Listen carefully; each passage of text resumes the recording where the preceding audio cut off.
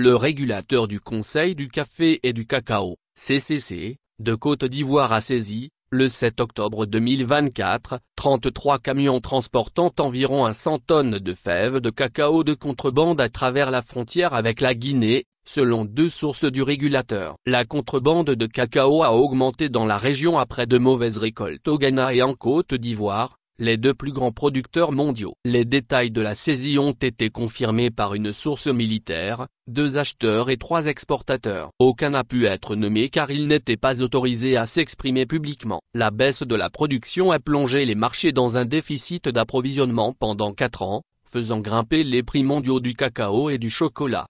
La Côte d'Ivoire a augmenté de 20% le prix fixe payé aux producteurs de cacao, à 800 francs CFA, 3,09 $. Le KG pour la principale récolte de la nouvelle saison, a annoncé lundi le ministre de l'Agriculture de ce pays d'Afrique de l'Ouest. Le ministre de l'Agriculture, Kobena Kouassi Adjmani, a déclaré que la campagne 2023-24 avait été marquée par une baisse de 25% de la production de cacao en Afrique de l'Ouest, y compris en Côte d'Ivoire. Une augmentation de prix similaire a été mise en œuvre au Ghana parce que les deux plus grands producteurs de cacao coordonnent les prix et les approvisionnements à la ferme pour aider à soutenir le secteur et à augmenter les revenus des agriculteurs. Début septembre, le Ghana a augmenté son prix à la production de près de 45%, à 48,000 cedi, 3043,75 $, la tonne métrique. Le premier producteur mondial de cacao a commencé sa saison de cacao 2024-25 le 1er octobre. Les arrivées de cacao dans les ports s'élevaient à 13,000 tonnes le 6 octobre,